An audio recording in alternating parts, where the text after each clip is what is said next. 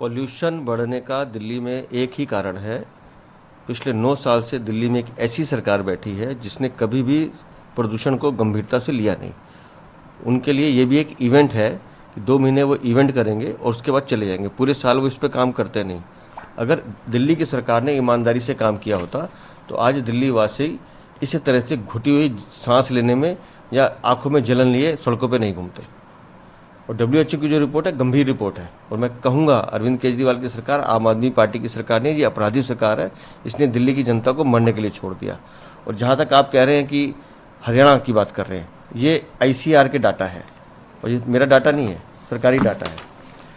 हरियाणा में पिछले 3 दिनों में 175 केसेज आए हैं पराली के, मात्र 175। पंजाब 5140।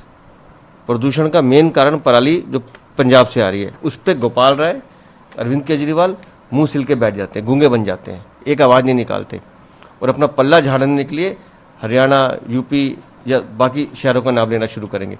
आप गोपाल राय दिल्ली पोल्यूशन कमेटी के चेयरमैन हैं, DPCC के।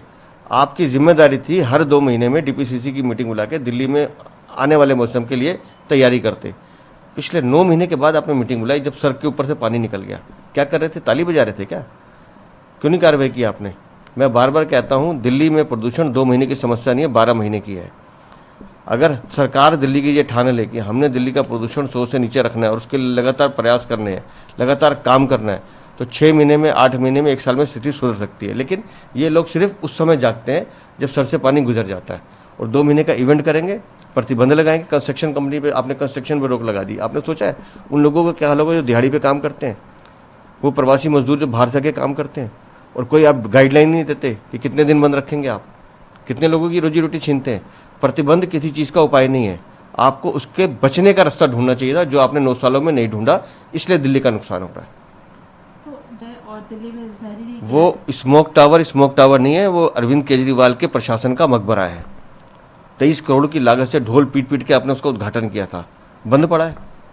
शर्म नहीं आती इनको कि दिल्ली के पैसे की बर्बादी करें? जितना पैसा ये अपने प्रचार प्रसार पे लगाते हैं, अगर उसका 25-30% भी पैसा ईमानदारी से प्रदूषण को खत्म करने के लिए कर देते तो दिल्ली वाले आज इस तरह से जीने को मजबूर ना होते। हर बच्चा खांस रहा है, हर बड़ा बुजुर्ग सुबह देखिए पार्कों में जाके, घर से निकलते हुए डर लगता है लोगों को। क्या जीवन दे दिया आपने दिल्ली को? मरने के लिए छोड़ दिया दिल्ली के लोगों को अरविंद केजरीवाल।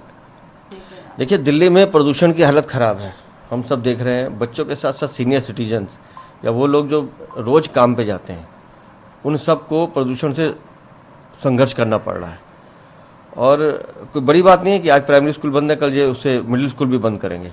लेकिन मैं एक ही बात पूछना चाहता हूँ कि अपने नकारेपन को छुपाने के लिए, अपने फेलियर एडमिनिस्ट्रेशन को छुपाने के लिए आप कब तक किन किन चीज़ों पर प्रतिबंध लगाएंगे? एक दिन ऐसा भी आने वाला है जो इनके हालात हैं, ये दिल्ली वालों को कहेंगे कि आप घर पे बैठिए, किसी को घर से बाहर निकलने की जरूरत नहीं है, क्योंकि हम दिल्ली को बचाने में नाकाम रहे हैं। हमारे बस का नहीं है कि हम प्रदूषण को रोक पाए। ये सरकार है दिल्ली की सरकार, आम आदमी पार्टी की सरकार। अरविंद केजरीवाल खुली आंखों से सपने देखते हैं और खुली आंखों में मिट्टी डालने का काम करते हैं। उनके सपने देखने पे तो मैं प्रतिबंध लगा नहीं सकता हूँ, लेकिन अरविंद केजरीवाल को ये बताना चाहिए कि जिस संगठन की आप बात कर रहे हैं, उस संगठन के मुखिया अन्ना कहाँ हैं, प्रशांत भूषण कहाँ हैं, आशुतोष कहाँ हैं, कुमार विश्वास कहाँ हैं? कहाँ गए वो सब लोग जिन्होंने इस संगठन को शुरू किया था?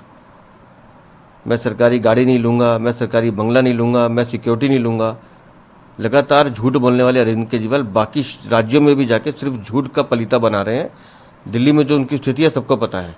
भ्रष्टाचार में अखंड डूबे हुए मुख्यमंत्री, जो कब न जाने किस पल भी उसकी स्थिति क्या नहीं है उसको भी मालूम है। जाके वहाँ भाषण दे रहे हैं कि रिजल्ट आएगा तो मैं यहाँ नहीं हूँगा, जेल में हूँगा।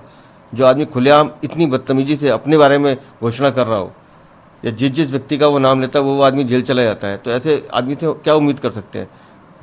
अब पूरे देश की जनता उनके छलावेपन को समझ चुकी है। गुजरात में भी यही बोलते थे वो, 90% सीटों पर जमानत जब्त हुई ना।